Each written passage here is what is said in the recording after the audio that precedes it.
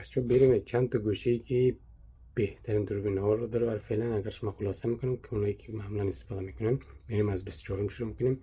24 گالاکسی 25 اولترا با 151 امتیاز جایگاه 24 گرفته. بعد میریم روی جایگاه 21 آیفون 15 پرو. بعد میریم جایگاه 19 آیفون 15 پرو مکس با 154 امتیاز. بعد میریم پایین تر تا اونجا رو. خب میریم جایگاه 14 آیفون 16 پرو با 157 امتیاز. و شیائومی رو باید بگیم.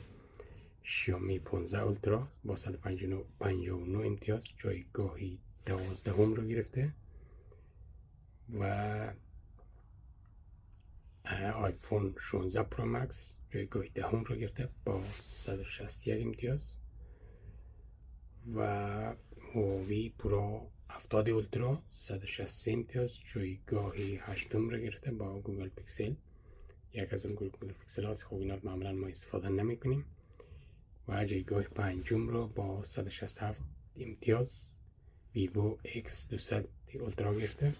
و جایگاه 3 رو آیفون 17 پرو مکس با 167 امتیاز. و جایگاه 2 رو ویوو X 300 پرو با 171 امتیاز. و جایگاه اول رو هواوی پرو اولترا 80 با 175 امتیاز.